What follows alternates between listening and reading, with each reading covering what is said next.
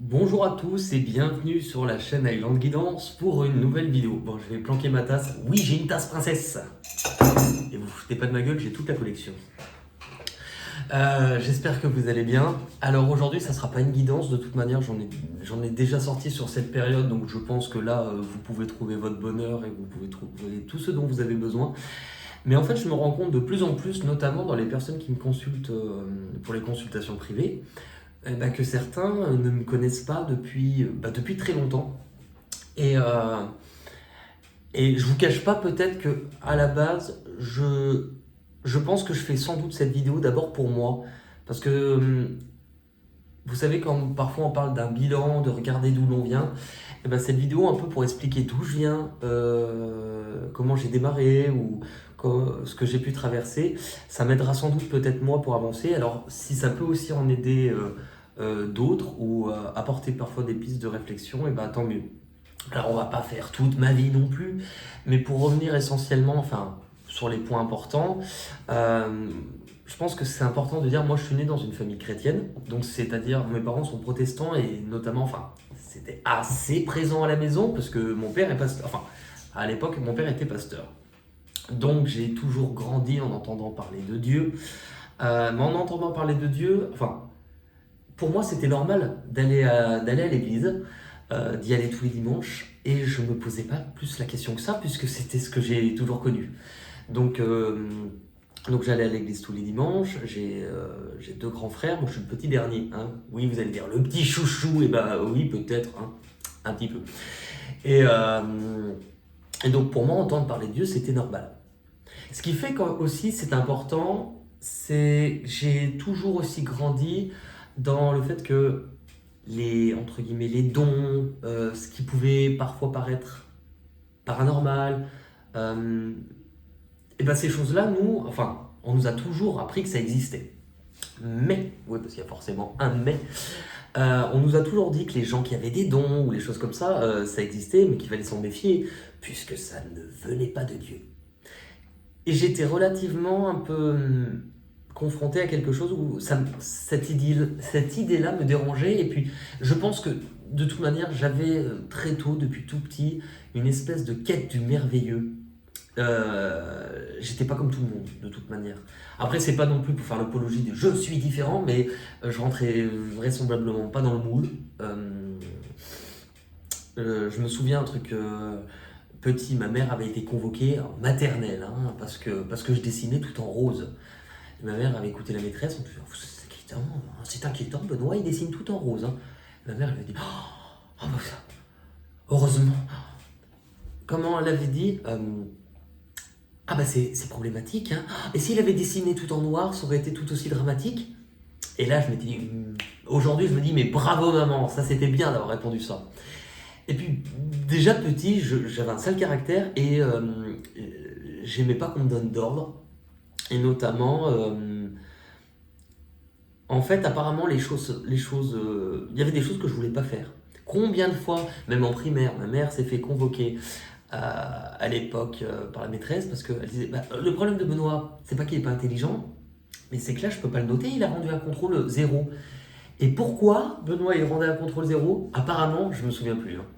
Je disais que la question était mal posée puisqu'elle était posée droite et que je l'aurais trouvée plus jolie écrite en escargot. Ah, en escargot, la question, bah oui, rien que ça. Donc je vous laisse imaginer que mes parents, pour eux, c'était quand même compliqué. Et je me réfugiais vraiment dans une espèce d'univers, pas impitoyable, hein, mais une bulle, en fait une bulle un peu d'imaginaire. Et le mot imaginaire a toujours été hyper important pour moi et tout petit. Ça m'a suivi même pendant des années, je disais toujours, plus tard, ma vie elle sera faite de choses, pas comme tout le monde. Mon histoire sera faite de choses pas comme la plupart. Et je sais pas pourquoi. Euh, Je sais pas si c'était une envie ou une certitude. En fait, j'ai appris à décortiquer après qu'en fait, de l'intuition, j'en avais depuis tout petit. C'est juste qu'on ne savait peut-être pas mettre ce mot-là dessus à l'époque. Je faisais par exemple beaucoup de somnambulisme. On mettait pas ce mot-là et du coup, moi j'ai grandi un petit peu en me sentant j'étais pas armé en tout cas contre le monde extérieur ou contre les autres parce que j'étais un peu fragile, j'étais, comment on appelle ça, une victime. Voilà, je me faisais j'étais plutôt celui qu'on embête que celui qui embête. Et cette intuition-là, en tout cas ce monde imaginaire, m'a suivi après dans tout ce que j'ai fait. Le fait est, c'est qu'après, mon parcours a fait que vers, je crois, 16 ans, 15-16 ans, on nous a laissé le droit, mes parents, vous avez le droit de vous lever pour aller à l'église avec nous le matin, le dimanche, ou de rester dormir. Et autant vous dire qu'on a tous choisi avec mes frères de rester dormir. Et à ce moment-là, je me suis éloigné de Dieu, en tout cas de l'image que j'en avais. Et il y avait toujours un truc qui m'avait marqué, c'était de voir quelqu'un passer le pas de la porte de l'église, c'est-à-dire des fois il y avait des personnes qui passaient le pas de la porte, qui venaient assister à ce qu'on appelle un culte, mais qui n'en avaient jamais vu de leur vie. Et je trouvais ça extra de me dire, oh, tu te rends compte du courage de cette personne, ça veut dire qu'elle est dans une quête, qu'elle est dans une recherche, qu'elle se pose des questions et que du coup elle va aller regarder pour essayer de trouver ce qui lui correspond. Et je trouvais ça génial parce qu'en fait moi, j'avais jamais eu à me poser la question. C'était normal. Mais de là à me dire du coup, est-ce que tu y crois? Eh bien, j'étais pas sûr. Et donc à ce moment-là, mon chemin s'est éloigné de Dieu, et puis je suis parti en coiffure. J'ai travaillé en salon, j'ai été coiffeur pendant, enfin je le suis toujours, mais j'ai été coiffeur pendant, je crois, 17-18 ans maintenant, un truc comme ça. Et, et de fil en aiguille, ça faisait 10 ans pratiquement que je travaillais au même endroit. Alors de l'intuition, à ce stade-là, je pensais toujours pas en avoir. Par contre, ça c'était clair et net, j'étais sûr d'avoir de l'imagination. Je suis très créatif, j'imagine plein de choses, je suis capable de 3 fois rien d'en faire une parodie, de faire des chansons, enfin... Il y avait quand même une chose depuis l'enfance qui m'avait marqué, c'était le fait de me dire, quand on demande à des enfants, tu veux faire quoi plus tard? Je veux être pompier, je veux être cascadeur, je veux être danseur. Moi, quand on me demandait, je disais, je veux être heureux. Enfin, pas avec cette voix-là, j'avais une voix de suraiguë jusqu'à je sais pas quel âge. Je veux être heureux. Et je sais pas, mais oui, je me disais pas que j'avais besoin d'obtenir ça dans ma vie, ou d'avoir tel but, ou d'avoir... mais je voulais être heureux. Et par contre, je manquais cruellement de confiance en moi. C'est très paradoxal, parce que je me souviens, mon père disait souvent, ah tu t'aimes toi, parce que je me prenais beaucoup en photo, et j'ai eu une période à fond mon image. J'avais besoin de me montrer, je cherchais, je sais pas, parce qu'il y avait de toute manière aussi, il faut qu'on soit logique. Pour, je pense, avoir créé une chaîne YouTube, c'est forcément que ça venait répondre à un besoin que j'avais de me mettre en scène ou de me montrer. Ça, je veux dire, il faut qu'on soit logique avec ça, je l'avais. Par contre, j'ai beaucoup travaillé dessus. J'ai beaucoup travaillé sur mon image et je vais vous dire un truc que j'ai rarement dit. On dit souvent dans la vie que tout a une raison. Et moi j'ai eu une expérience qui, pendant des années, je me suis demandé pourquoi j'avais vécu ça. Et en fait, cette expérience, c'est que alors, moi j'étais un éternel amoureux. Hein. Oh, l'amour pour moi, c'est ce qui fait battre mon cœur, c'est la plus belle chose au monde, et je tombe amoureux, je donne tout. J'avais pas compris à l'époque. Hein. Je donnais tout, tiens, c'est mon cœur. Tiens. Et Benoît, il lui reste plus rien. Donc je souffrais le martyre. J'ai quand même vécu, je crois, 4 histoires d'amour, mais vraiment pratiquement à vivre avec les personnes, donc à tout recommencer, m'intégrer dans une belle famille, parce que autant j'aime ma famille que je ne me sentais pas forcément à l'aise dans ma famille. C'est très bizarre, mais c'est comme ça. Et tout recommencer à zéro, je trouvais ça, c'était compliqué.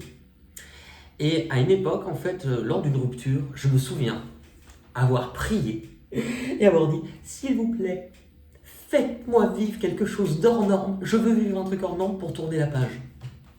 Et 2-3 jours après, j'ai mon compte Facebook, mais qui explose. C'est-à-dire j'avais des demandes d'amis, mais sans avoir rien fait. 200, 300 par jour. Et j'avais ni de chaîne YouTube, mais rien.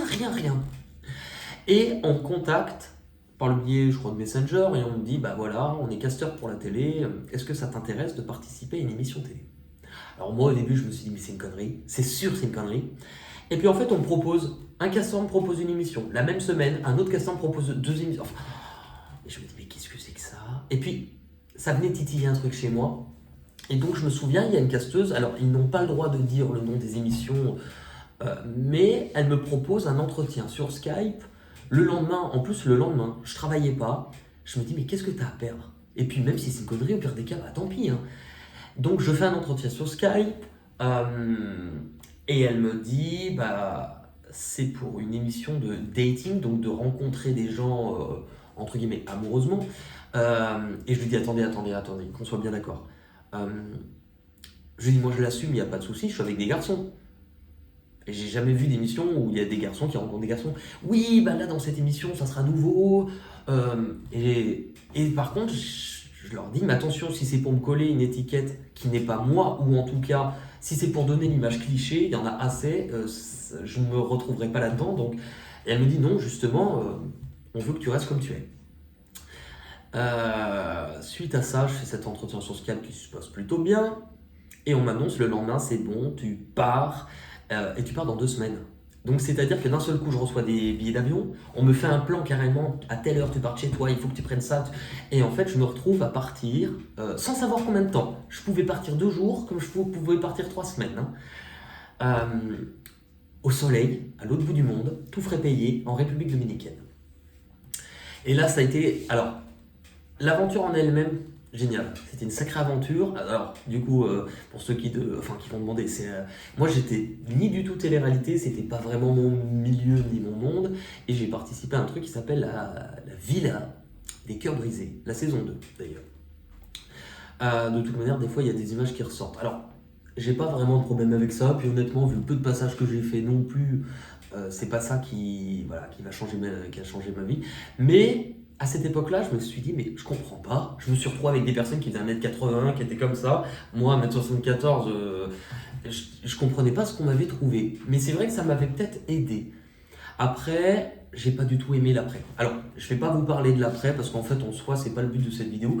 Mais c'était pour vous montrer qu'en fait, cette expérience-là, pendant des années, j'ai dit, je ne comprends pas à quoi elle m'a servi. Et bien, j'ai compris en créant ma chaîne YouTube. Pour en revenir avant de créer la chaîne YouTube, j'avais vécu, je crois, en 2018-2019, une rupture qui était, j'avais l'impression d'être anéanti, hyper douloureuse. Je tenais vraiment énormément à la personne. Et par contre, je ne m'étais pas rendu compte à quel point j'étais dépendant affectivement. J'étais pas libre à cette époque-là, mais j'étais absolument pas libre de moi-même. Et quand cette rupture a été faite, mais vraiment à pleurer mes nuits et jours, à me faire que penser qu'à ça, et ben j'ai découvert pour la toute première fois des guidances sur YouTube. Et notamment, il y avait quelques personnes qui me faisaient progresser, j'avais l'impression, en tout cas, qui m'aidaient. Bon, il y en avait d'autres, je m'en suis rendu compte après, en fait, où ça me faisait du bien parce que justement, on me disait juste ce que j'avais envie d'entendre, ça ne m'aidait pas. Et donc, à cette époque-là, j'ai un peu remplacé une addiction à une personne à une addiction à des guidances. Donc, toujours faire gaffe là-dessus. Et en fait, suite à ça, j'ai décidé d'aller voir une voyante pour la première fois. Et au grand moment, j'avais un peu peur, j'ai regardé sur internet, elle avait des bons avis. Et puis, je sais pas pourquoi, mais moi, déjà, j'avais peut-être on va dire, gardé la sensation de attention, c'est le diable. Donc, je me suis dit, dans quoi je m'embarque et je vais arriver. Moi, dans ma tête, c'était je vais arriver comme dans Les Visiteurs, vers la petite chaumière. Elle va me faire boire une potion qui pue du cul. Elle va me faire boire, boire. Et je vais me retrouver corps de pucelle. Et en fait, non, pas du tout. C'était une dame plutôt bien, mais un peu rentre dedans. J'arrive limite en larmes parce que je m'étais fait larguer. Hein. Et elle me regarde, elle me dit, vous pensez quand même pas que je vais vous plaindre? Et là, je suis en train de me dire, attends, je vais payer pour qu'elle me dise ça. Avant la fin de la séance, elle va passer par la fenêtre. Hein. Et en fait, elle m'explique que tout ce qui m'arrive, je l'ai attiré. Et elle m'explique notamment aussi que je le recevrai des autres, que l'amour que j'ai pour moi. Et cette phrase, elle résonne encore beaucoup. Au départ, alors je pense que j'écoutais pas tellement, et puis en fait, à un moment, elle me dit vous devriez prendre un jeu de cartes. Vous sentez beaucoup les choses, vous, hein? Puis moi, je dis non, je vois pas. Et puis elle s'allonge, elle se met sur son dossier, elle fait enfin, d'où vous venez avec ce que votre père fait, ça se pratique pas, hein? Et en fait, déjà à ce moment-là, elle m'avait touché, donc je me suis dit, ok, je l'écoute. Et je me rappelle, j'ai dû la voir 2-3 fois, puis elle me disait, je m'inquiète pas pour vous, oh, vous allez bien avancer. Mais vous venez me voir pour l'amour à chaque fois, mais c'est pas l'amour qui va le plus changer dans votre vie. Oh, et j'étais coiffeur à ce moment-là. Elle dit, c'est votre travail. Ouh, c'est votre travail qui va complètement changer. Prenez un jeu de cartes et vous verrez. Il faut savoir que moi, dans ma vie, le moindre changement, ça m'angoisse, ça me fait peur. C'est-à-dire que si on me demande de faire un truc, même si je suis capable, que je n'ai jamais fait, je vais angoisser à 10 000 en étant sûr que je ne peux pas y arriver. Et ben pour quelqu'un qui avait peur du changement, à ce moment-là, ça faisait 10 ans que je travaillais dans le même salon en coiffure, j'arrivais à 30 ans et je me suis dit, bah écoute Benoît, t'as 30 ans, si tu bouges pas maintenant, dans 10 ans, tu fais la même chose avec les mêmes personnes et ta vie restera telle qu'elle, elle n'aura pas bougé. Ça m'a, en fait, l'idée que cette vie ne pouvait pas bouger a été tellement pire que le fait de bouger, que d'un seul coup, alors, moi qui ai peur du changement, j'ai tout quitté. La relation, l'appartement et le travail.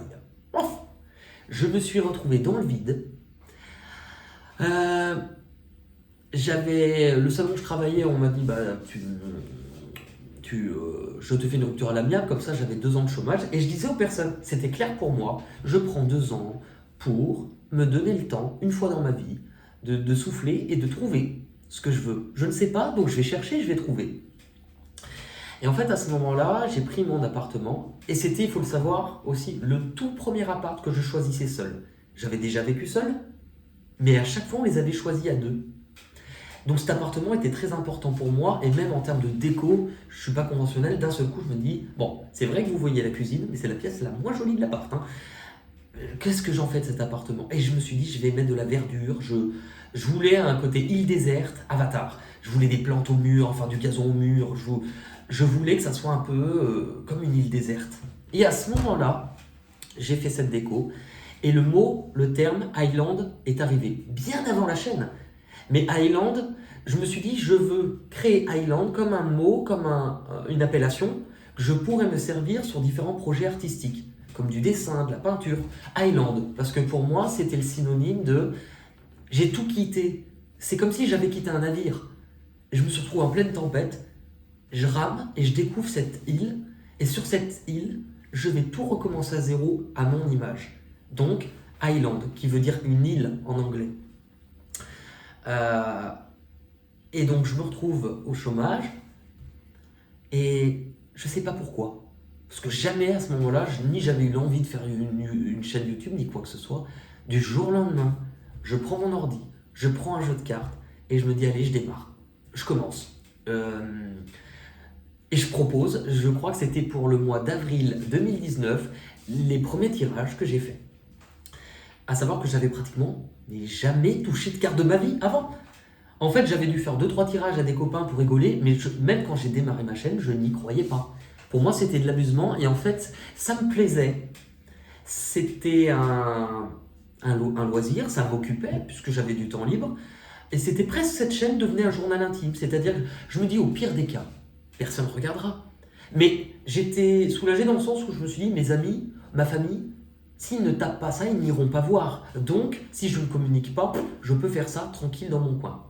Et j'ai démarré, j'avais pratiquement jamais touché de carte. Sauf que ce que je n'avais pas prévu, c'est que la chaîne décollait. Enfin, décollait. Elle a décollé, mais d'un coup, dès le début. C'est-à-dire sur les peut-être 3 premiers mois, j'avais déjà 15 000 abonnés. C'était merveilleux, mais c'était... En fait, à cette époque-là, c'était trop. Parce que non seulement je connaissais rien, du coup, je cachais énormément mon manque de confiance dans ce que je chantais, parce que pour moi, je ne sentais pas. Et les gens me disaient, mais t'as un don. Et pour moi, mais non.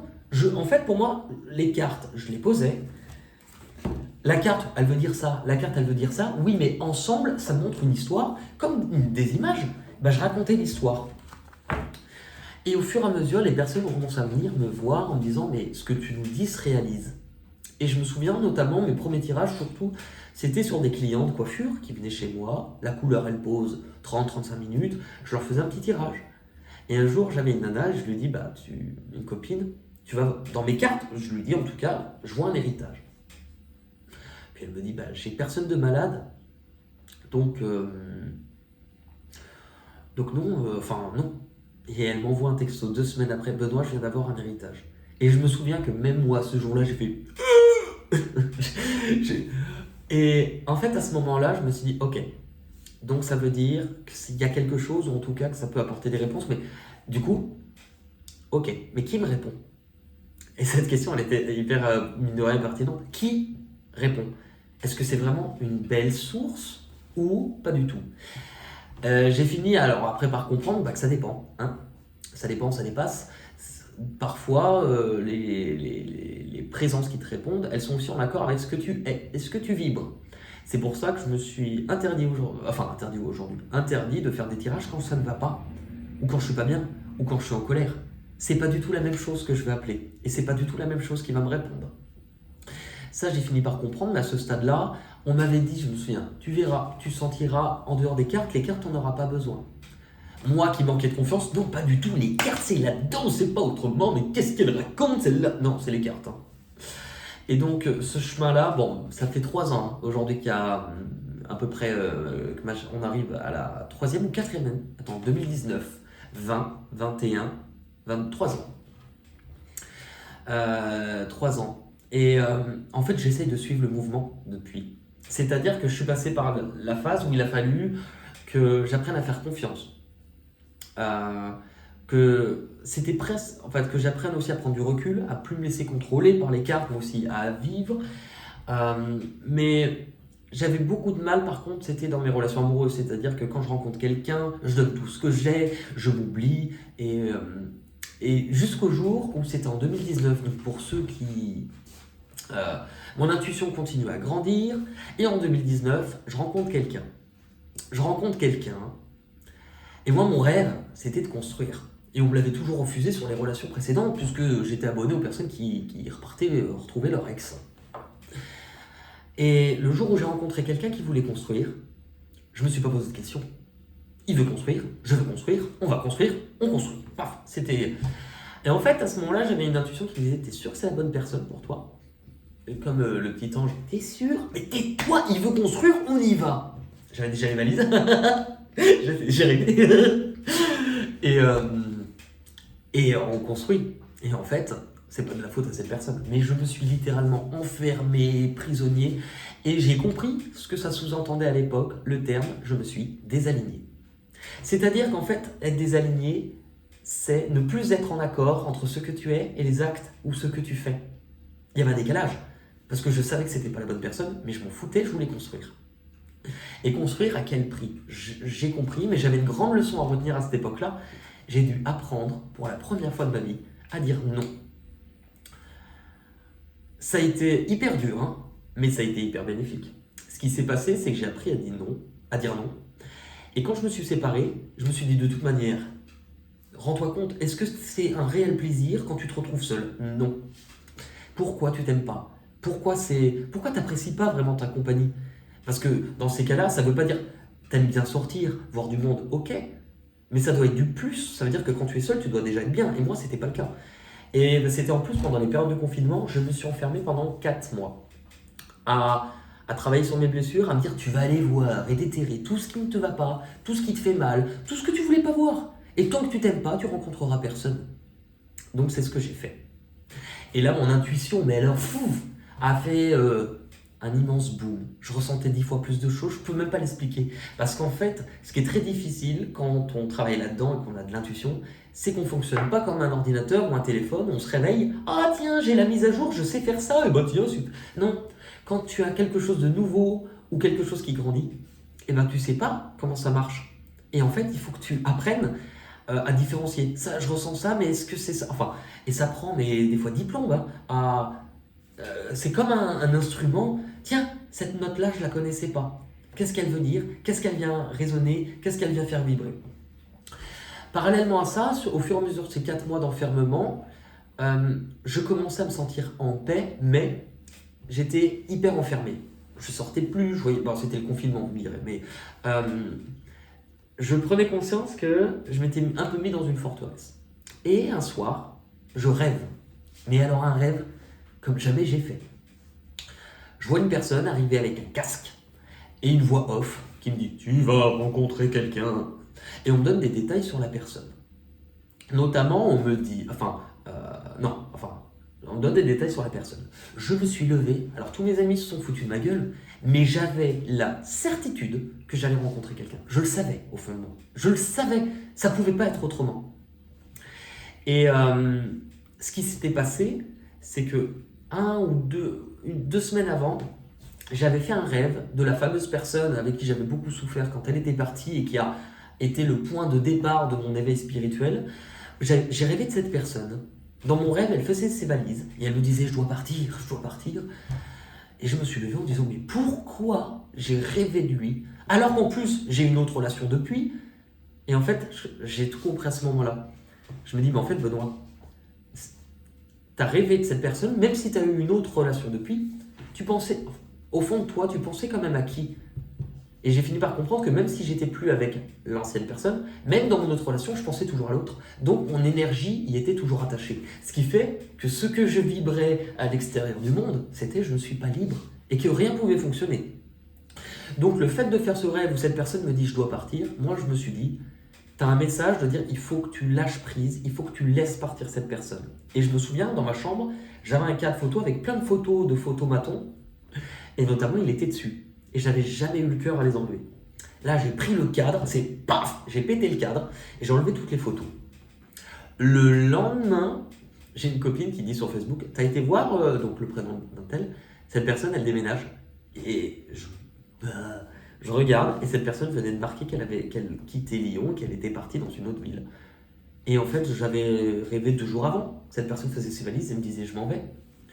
Et moi, c'était clair. Hein. Je pense qu'aussi l'acte que j'ai eu de péter le cadre, de m'autoriser, ça a aussi fait bouger les choses. Et donc, c'est, je crois, 2 semaines après où là, j'ai fait le rêve de tu vas rencontrer quelqu'un d'autre. Donc, vu que j'avais déjà eu un rêve qui était assez marquant, où je m'étais réveillé avec cette sensation, là, c'est ce qui fait, c'est pour ça que je vous explique que j'ai écouté ce rêve-là. Et effectivement, j'ai rencontré quelqu'un quelques semaines après.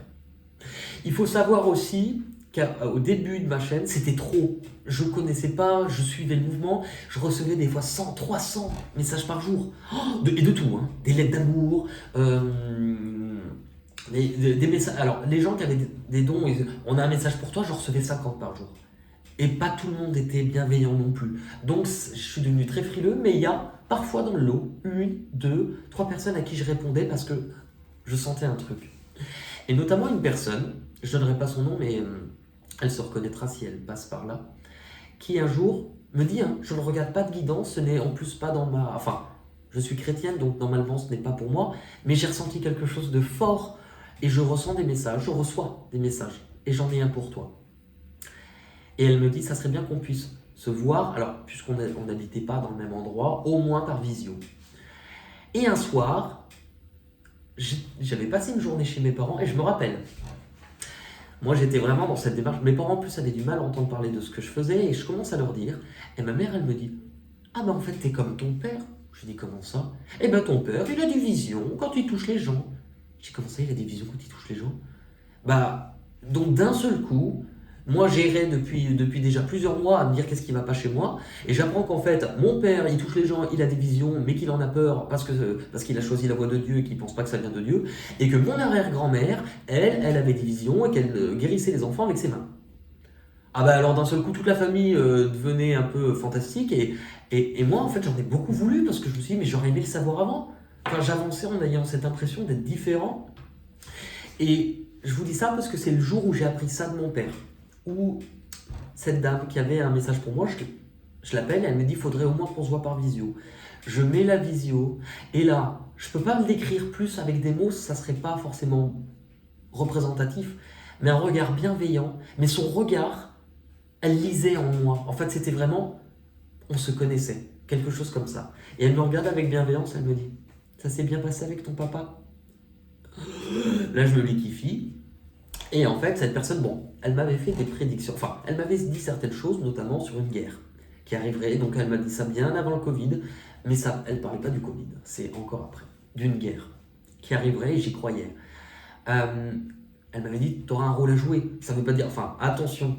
Parce qu'aussi, quand on te dit ça, moi, à un moment donné, dans une espèce de recherche, je suis tombé un peu dans ce qu'on appelle l'ego spirituel. Oh, je suis l'élu. Je me voyais, tu sais, avec l'anneau. je dois sauver le monde. Enfin, non, Benoît, tu as un rôle à jouer comme beaucoup d'autres, et en fait, reste à ta place. Mais on peut vite tomber dans l'égo spirituel. Moi, j'ai une mission, moi, je canalise, moi. Donc, ouais. Mais en tout cas, je l'ai écouté. Et cette personne, je me souviens, une des prédictions qu'elle m'avait faites, c'est qu'elle m'avait dit, donc c'était en 2019, que la personne avec qui je serais, ou l'amour de ma vie, je ne sais plus exactement les termes, était à Bruxelles. Je me suis dit, tiens, c'est rigolo. Je vous fais le parallèle puisque quelques années après, je fais ce fameux rêve, la personne avec un casque, je vais la rencontrer. Casque, pour moi, je m'étais dit, il fera de la moto. J'avais fait Max Sup, Max P, pas moto, c'est sûr, c'est comme ça, c'est pas autrement. Donc je rencontre cette personne, je lui demande si elle fait de la moto. Non, ok, bon, dommage. Par contre, on discute et cette personne a fait les championnats de France d'équitation. Donc là, je me dis casque, bombe, ça peut aller. Et ben, où était cette personne en 2019? Je vous laisse deviner. Tout à fait.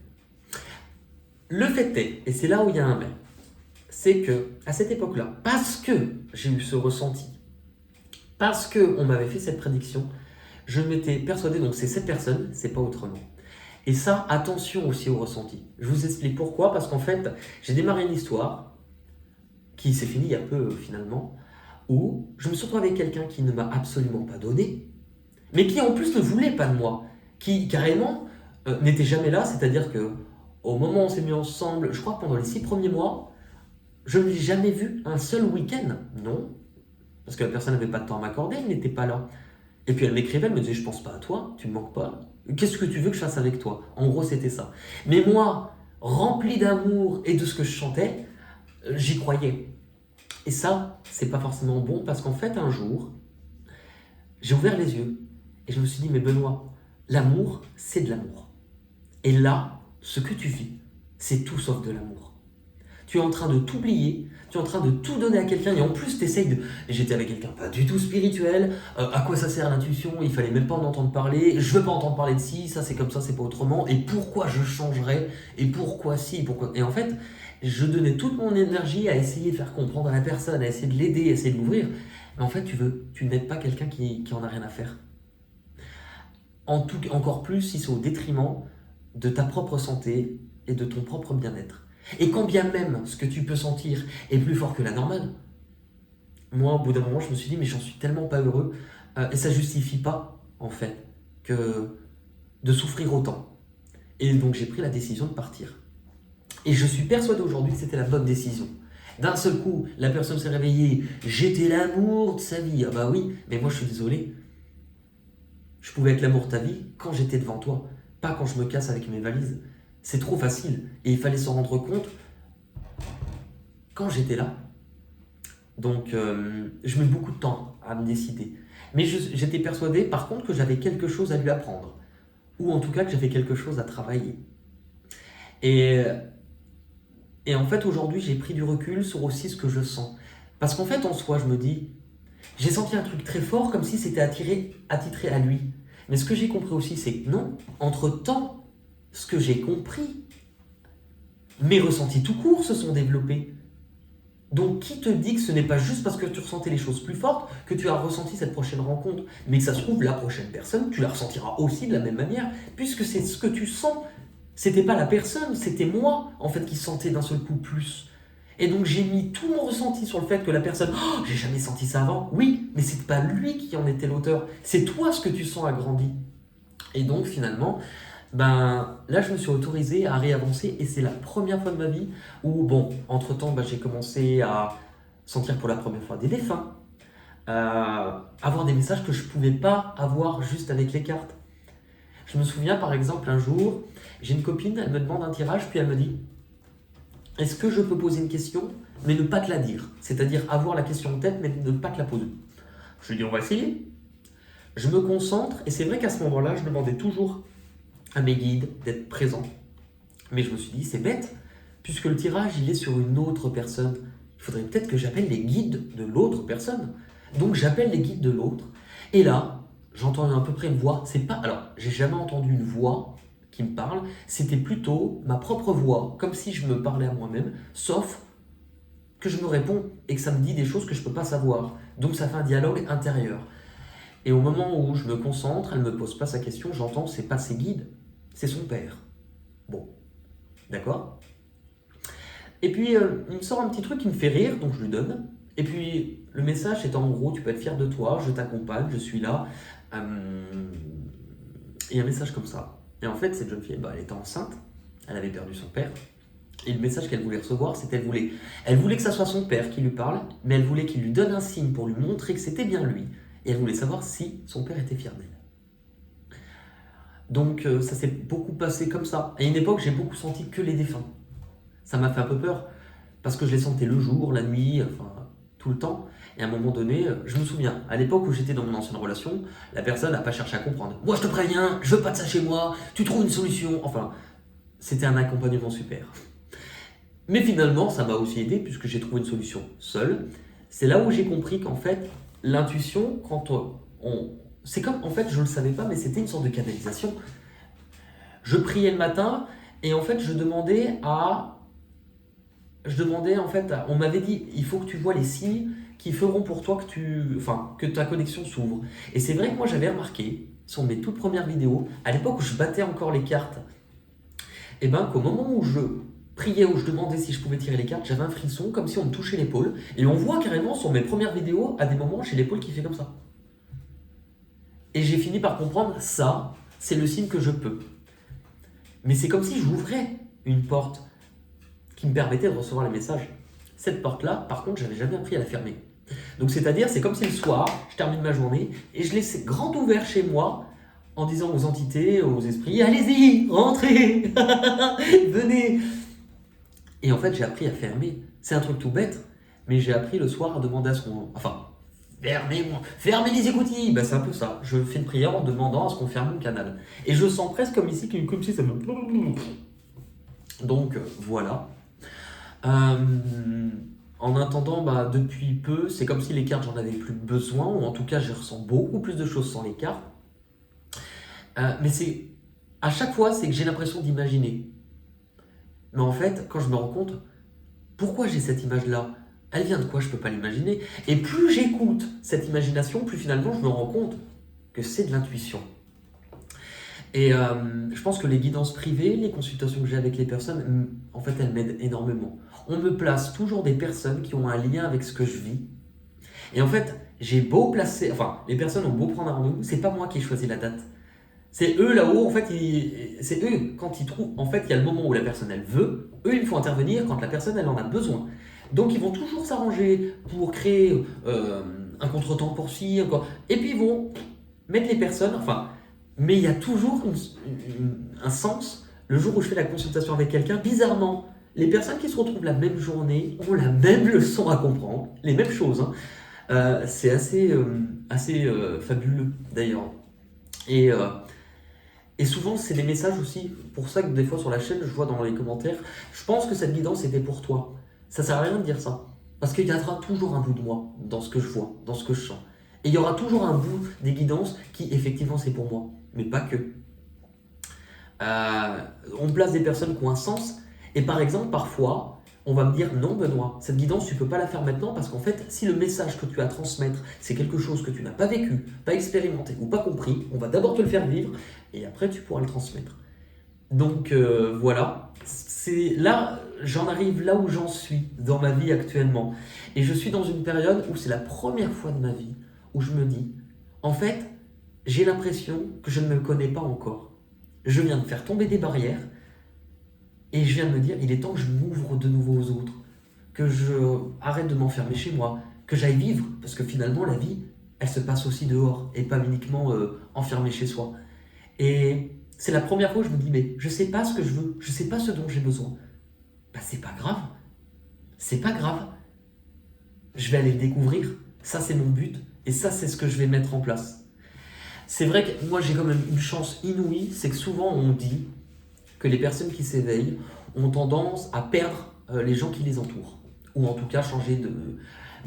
moi, il y a peut-être eu du tri, mais en fait, sur la plupart des personnes les plus proches de moi, elles ont toutes aussi vécu à leur niveau, dans leur vie, un éveil spirituel. Donc toutes les personnes, finalement, le noyau, les personnes les plus proches dans mon cœur, sont des personnes qui ont aussi évolué spirituellement. Et on m'avait dit hein, un jour, si tu bouges, le monde autour de toi, les autres vont bouger. Et c'est vrai. J'ai appris beaucoup plus de choses aussi sur mes parents. J'apprends par contre aussi à avancer step by step.